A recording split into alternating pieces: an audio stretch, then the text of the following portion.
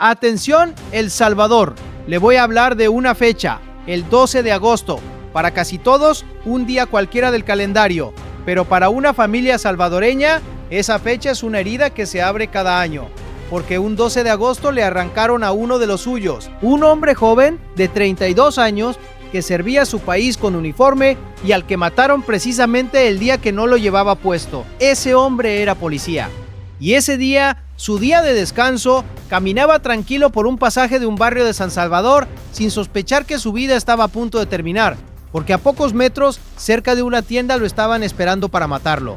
Pasaron 12 años, 12, y recién ahora, más de una década después, la justicia le puso nombre y castigo a uno de los responsables, 50 años de prisión. Este es el caso del policía casado en su día libre por la Mara Salvatrucha, y de la cuenta que tardó 12 años en cobrarse. Si le interesan los crímenes y las condenas más impactantes contra las pandillas del Salvador, esas donde por fin cae el peso de la justicia sobre los que mataron a quienes protegían al país, suscríbase ahora mismo al canal, porque esta historia, la de la gente y la de la espera de su familia, le va a quedar clavada.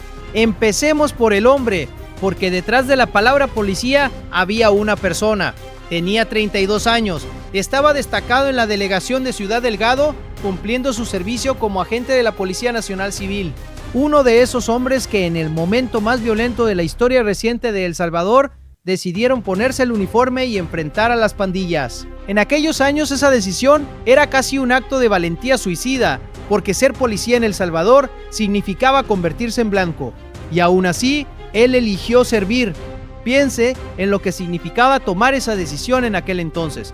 En los años alrededor de 2014, El Salvador era uno de los países más violentos del mundo, con cifras de homicidios que competían con las de naciones en guerra, y buena parte de esa violencia caía sobre los propios agentes del orden. Ponerse el uniforme de la Policía Nacional Civil no era conseguir un empleo estable y tranquilo, era aceptar que te convertías en objetivo de las estructuras criminales más sanguinarias del continente, que cada turno podía ser el último, que tu familia también quedaba expuesta. Aún sabiendo todo eso, hombres como este agente eligieron ese camino. Eligieron ser la línea entre la pandilla y la gente común. Y ese día, ese 12 de agosto de 2014, no estaba de servicio. Tenía el día libre, andaba en licencia, de descanso como cualquier trabajador que después de sus jornadas se toma su día para respirar. Sin patrulla, sin uniforme, sin el arma en la mano, caminaba por el pasaje Paraguay en el barrio La Vega, en lo que hoy conocemos como San Salvador Centro. Un hombre común, en un día común, haciendo lo que hace cualquiera en su tiempo libre. Pero ese barrio no era un lugar común. Y ahí empieza lo escalofriante de esta historia. El barrio La Vega, en aquel entonces, estaba bajo el dominio de la Mara Salvatrucha, territorio de pandilla. Uno de esos sectores donde la estructura criminal era la verdadera autoridad, por encima de la policía, por encima del Estado, por encima de todo. En zonas así, la pandilla lo controlaba todo. Quién entraba, quién salía, quién vivía tranquilo y quién no. Y tenían un sistema de vigilancia que no fallaba. Porque en esos barrios, la Mara ponía vigilantes en cada punto de entrada, muchachos jóvenes, atentos a todo lo que se movía, que avisaban de inmediato de cualquier cosa fuera de lo normal. Un desconocido, un carro extraño, una patrulla, un policía, nada se les escapaba. Tenían ojos en cada esquina, y esa red de vigilancia les daba un poder casi total sobre su territorio. Esa red era una de las herramientas más eficaces de la pandilla y una de las más difíciles de combatir.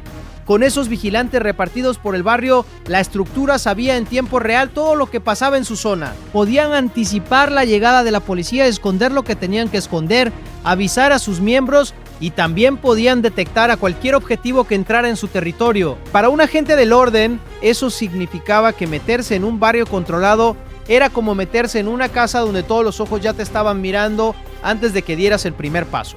No había forma de pasar desapercibido. Entonces, cuando aquel agente entró caminando al barrio La Vega, aunque fuera de civil, aunque fuera su día de descanso, la pandilla lo detectó. Alguien lo reconoció. Alguien supo que ese hombre que pasaba por el pasaje era policía. Y a partir de ese momento, su suerte quedó sellada. Porque para la Mara Salvatrucha, un policía dentro de su territorio no era un vecino más, era el enemigo. Y un enemigo que se metía solo, desarmado, en su día libre, era una presa demasiado fácil como para dejarla pasar. y no la dejaron pasar, según la investigación de la Fiscalía General de la República. Lo que le ocurrió a ese agente no fue un accidente ni un enfrentamiento. Fue una emboscada preparada. Uno de los pandilleros involucrados se llama Melvin Ulises Mejía López, y ese día, junto a otros 2 hombres, se apostó cerca de una tienda del sector a esperar al policía. No fue algo del momento. Fue una cacería, 3 hombres esperando a uno solo, escondidos, listos para atacar en cuanto lo tuvieran cerca. Imagine la escena, el agente caminando, relajado en su día de descanso, pensando quizá en su familia, en lo que haría con su tarde libre, y a pocos metros, 3 pandilleros observándolo acercarse, calculando el momento. Sin que él lo supiera, cada paso lo llevaba más cerca de la trampa.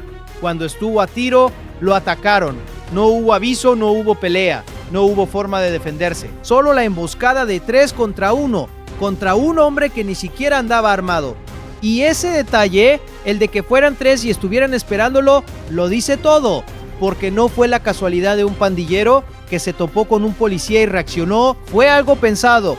Alguien identificó a la gente, alguien decidió que había que matarlo, alguien organizó a los 3 hombres cerca de la tienda. Una emboscada así se prepara, se coordina, se ejecuta con sangre fría. El agente no tuvo ninguna oportunidad, y esa era justamente la idea, matarlo cuando estuviera más indefenso, en su día libre, con la guardia baja.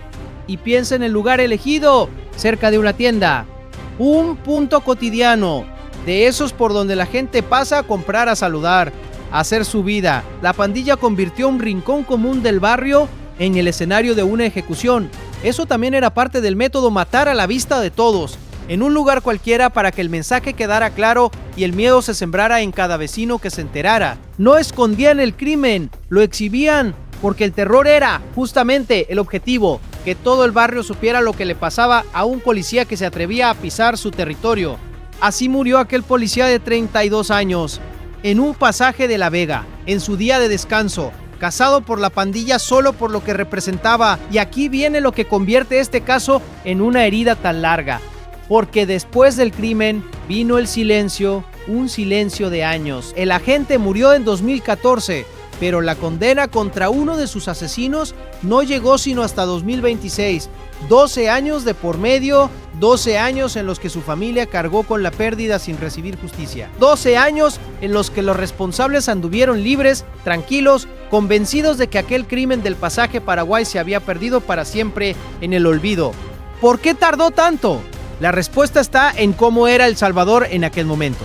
En 2014, en un barrio dominado por la mala salvatrucha, señalar a los asesinos de un policía era impensable. Quien lo hiciera, moría, y con él su familia. La pandilla imponía un silencio absoluto hecho de puro terror. Los vecinos que veían un crimen aprendían a mirar hacia otro lado, a no saber nada, a callar, porque hablar era una sentencia de muerte. Y ese muro de silencio protegía a los criminales, dejaba sus crímenes sin castigo, los volvía intocables año tras año. Ese silencio era, en el fondo, la herramienta más poderosa de la pandilla, más incluso que las armas, porque un crimen sin testigos que declaren es un crimen casi imposible de castigar. La estructura lo sabía y por eso invertía tanto en sembrar terror. Cada vecino callado era una garantía de impunidad. La gente veía, sabía, reconocía a los asesinos que vivían en el mismo barrio, pero se guardaba todo, porque abrir la boca significaba aparecer muerto al día siguiente. Así, crimen tras crimen, la pandilla acumulaba muertos y ni uno solo llegaba a un tribunal. El asesinato de este agente quedó atrapado en ese muro. Un caso frío, sin testigos que se atrevieran a declarar, esperando en un archivo mientras los responsables seguían su vida como si nada. Para la familia esos años fueron los más crueles. Sabían que su ser querido había sido asesinado, quizá hasta sabían quiénes andaban detrás, y sin embargo veían pasar el tiempo sin que nada ocurriera, sin una detención, sin un juicio, sin una respuesta. La impunidad no solo dejaba libre al culpable, golpeaba de nuevo cada día a los que habían perdido a la gente. Pero llegó 2022 y El Salvador cambió de raíz. Con el régimen de excepción, el Estado se lanzó a perseguir a las pandillas sin descanso, y a medida que las estructuras iban cayendo, que sus miembros llenaban las cárceles, que perdían el control de los territorios, el muro de silencio empezó a agrietarse. La gente que durante años había callado por miedo empezó a poder hablar. Testigos que en 2014 jamás habrían abierto la boca, porque hacerlo era morir. En el nuevo contexto encontraron el valor y la seguridad para declarar. Ese es el cambio de fondo que explica por qué crímenes de hace más de una década están llegando ahora a juicio. No es que antes se desconociera quiénes eran los culpables, muchas veces se sabía perfectamente. Lo que faltaba era que alguien pudiera decirlo ante un tribunal sin morir por ello. Cuando la pandilla dejó de mandar en los barrios, ese muro cayó y con él salieron a la luz cientos de casos que llevaban años enterrados bajo el miedo. El del policía de La Vega fue uno de ellos. Así llegó el caso de Melvin Ulises Mejía López ante el Tribunal Cuarto de Sentencia de San Salvador. La fiscalía presentó las pruebas de su participación en el asesinato del agente. El tribunal lo halló culpable de homicidio agravado en perjuicio de aquel policía de 32 años y le impuso una condena de 50 años de prisión. 50 años por haber esperado a un hombre indefenso en su día libre y haberlo matado solo por llevar en otros días un uniforme. Esa cifra, 50 años, es de las más altas que contempla la ley salvadoreña para un solo homicidio y refleja la gravedad de lo que un tribunal dio por probado. No una muerte en caliente, sino una ejecución planeada contra un servidor público. Ahora, como siempre en este canal, toca ser honestos con usted, porque hay un detalle que no le voy a esconder. Mejía López, el hombre con esta condena de 50 años, sigue prófugo, fue juzgado y sentenciado, pero no en una sala con él sentado en el banquillo. Fue condenado en ausencia, tiene una orden de captura vigente y anda por algún lugar huyendo como tantos otros pandilleros que se escaparon cuando el cerco se cerró sobre ellos. ¿Qué quiere decir esto? Que su culpabilidad quedó probada, que un tribunal escuchó las pruebas y lo declaró responsable del asesinato del agente, que su condena de 50 años está escrita firme con su nombre. Lo único que falta es lo último: atraparlo y ponerlo tras las rejas a cumplirla. Y aunque suene a que el caso quedó a medias, en realidad es todo lo contrario. Es una muestra de cómo funciona hoy la justicia salvadoreña, porque ya no se espera a tener al criminal enfrente para juzgarlo, se le juzga igual. Se reúnen las pruebas, se celebra el juicio, se dicta la condena y esa sentencia queda escrita esperando el día en que el prófugo cometa un error, un control de carretera, una revisión de rutina, un intento de cruzar una frontera. Y ese día, los 50 años que ya carga se hacen efectivos.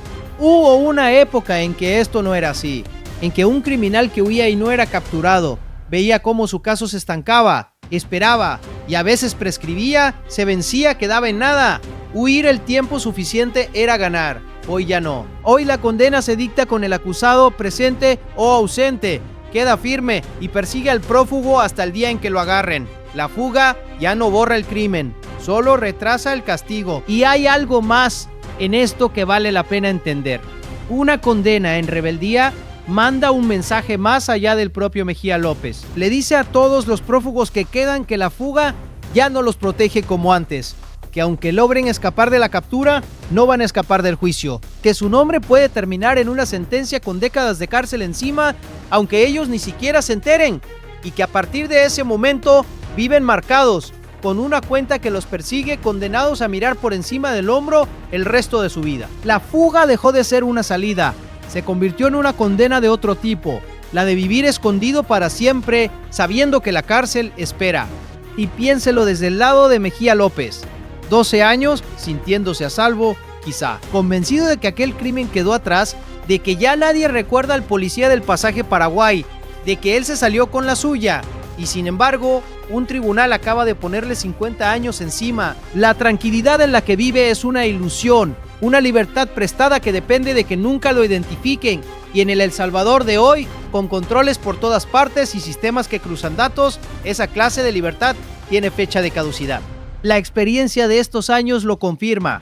El país ha visto caer a muchos condenados en ausencia que se creían intocables. Unos cayeron en retenes identificados al verificar sus datos, otros intentando cruzar fronteras o devueltos desde otros países, otros escondidos en casas de familiares, delatados por el mismo miedo que antes sembraban.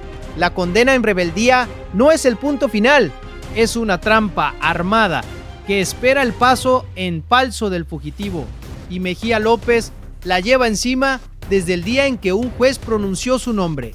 Quiero que se detenga a pensar en lo que este caso significa, porque va más allá de un crimen y una sentencia. El hombre que murió ese 12 de agosto de 2014 no era un pandillero, ni un criminal, ni un rival de otra clica. Era un servidor público, un agente que decidió proteger a su país en el momento más peligroso para hacerlo. Y lo mataron por eso. No en un enfrentamiento, no con el arma en la mano, defendiéndose, sino en su día de descanso, caminando indefenso por un pasaje, cazado como una presa. Su asesinato fue un mensaje de la pandilla al Estado. Una forma de decir que ni los agentes del orden estaban a salvo, ni siquiera en su tiempo libre, ni siquiera fuera del uniforme, que la Mara Salvatrucha podía llegarles donde fuera cuando quisiera. Era terror puro, dirigido a doblegar a quienes se atrevían a enfrentarla, y durante años atacar a policías y soldados fue una táctica deliberada de las pandillas. Agentes emboscados, uniformados cazados, y cuando no podían llegarle al policía, iban por su familia, por su hermano, por su hijo, para herir a través de los suyos. Ser policía en El Salvador en aquellos años era vivir con una diana en la espalda las 24 horas del día, dentro y fuera de servicio. El agente del pasaje Paraguay fue una de esas víctimas, uno de los que pagaron con la vida el haber elegido servir. Hubo momentos en que esta cacería fue tan sistemática que las estructuras llegaron a dar órdenes concretas de matar agentes como forma de responder a los operativos del Estado o de demostrar su poder. Cada policía caído era para la pandilla una victoria y un mensaje. Y las familias de esos agentes cargaron un dolor doble: perder a un ser querido y saber que lo perdieron precisamente por haber tenido el valor de servir a su país en el peor momento posible. Detrás de cada uniformado asesinado había una casa de luto, hijos sin padre, padres que enterraron a sus hijos jóvenes. El agente de La Vega dejó con casi total seguridad una historia así detrás. Durante mucho tiempo ese terror funcionó y muchos de esos crímenes quedaron impunes. Pero eso cambió, y el caso de este policía es la prueba. 12 años después, uno de sus asesinos tiene nombre en una sentencia y 50 años de condena. La justicia no lo olvidó, no dejó su muerte archivada entre los casos perdidos, la retomó, la investigó y le puso castigo. Tarde sí, pero castigo al fin. Y no es un caso solitario, es parte de una ola que recorre todo El Salvador. Los crímenes contra policías y soldados, que durante años fueron una de las heridas más profundas del país, están llegando por fin a los tribunales. Los responsables, condenados uno tras otro, las cuentas saldándose, aunque sea con años de retraso. Cada uno de esos casos es un reconocimiento a los que dieron la vida sirviendo y un aviso a los que los mataron. La justicia va a llegar, no importa cuánto tarde. Déjeme cerrar volviendo a esa fecha del principio, al 12 de agosto. Para la familia de aquel agente, esa fecha nunca volvió a ser un día normal. Cada año, mientras el resto del país seguía su vida, ellos recordaban al hombre que salió en su día de descanso y no volvió. Durante 12 años, cargaron esa fecha sin respuesta, sin justicia, sin nadie que pagara por lo que le hicieron a los suyos. Este año, esa fecha llega distinta, porque ahora hay una sentencia, ahora hay un culpable con nombre y 50 años de condena. El asesino todavía anda prófugo, es cierto, pero su cuenta ya está escrita esperándolo. Y esa familia sabe, por fin, que el crimen de su ser querido no quedó en el olvido. Quizá para ellos la condena no sea suficiente. Ninguna lo es cuando lo que perdiste es a una persona. 50 años de cárcel no le devuelven al padre a sus hijos, ni al hijo a sus padres, ni traen de vuelta al hombre que salió a caminar en su día libre y no regresó. Pero hay una diferencia enorme entre cargar una pérdida sin justicia y cargarla sabiendo que el Estado reconoció el crimen, le puso nombre al culpable y lo condenó. Esa diferencia no borra el dolor, pero le da un lugar donde apoyarse. Le dice a la familia que su ser querido importó, que su muerte no quedó como una cifra más en las estadísticas de aquellos años terribles. El policía casado en su día libre tuvo que esperar 12 años para que se hiciera justicia. Su asesino tuvo 12 años de falsa libertad, pero la cuenta ya se abrió con su nombre y con 50 años encima.